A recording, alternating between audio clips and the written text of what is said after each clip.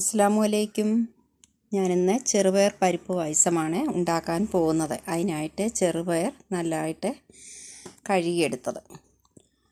ചവ്വരി നേരത്തെ വേവിച്ച് വെച്ചതാണ്. ചെറുപയറിൻ്റെ കൂട്ടത്തിൽ ചവ്വരിയും കൂടെ ചേർത്ത് പിഴിഞ്ഞ് വെച്ച രണ്ടാം പാലും കൂടെ ചേർത്ത് കുക്കറിൽ ഒരു വിസിൽ വരുന്നിടം വരെ വേവിച്ചെടുക്കുക. ഒത്തിരി വെന്ത് പോകേണ്ട കാര്യമില്ല.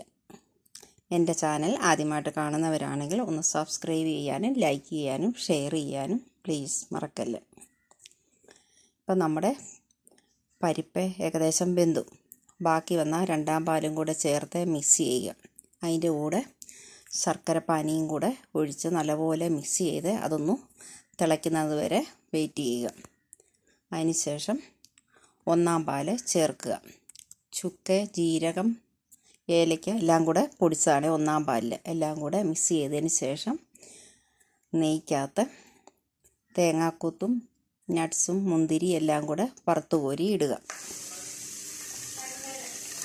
അതെല്ലാം കൂടെ ഇട്ട് ഒരു സ്മെല്ലിന് വേണ്ടി നമ്മൾ വഴണിയിലയെന്ന് പറയും, ചിലയിടത്ത് കുമ്പളയിലയെന്നും പറയും. അതേ ഒന്നോ രണ്ടോ ഇലയും കൂടെ ഇടുകയാണെങ്കിൽ ഒരു സ്മെല്ല് കിട്ടും. ഇപ്പം നമ്മുടെ പരിപ്പ് പായസം റെഡി. എല്ലാവരും ഒന്ന് ട്രൈ ചെയ്യുക.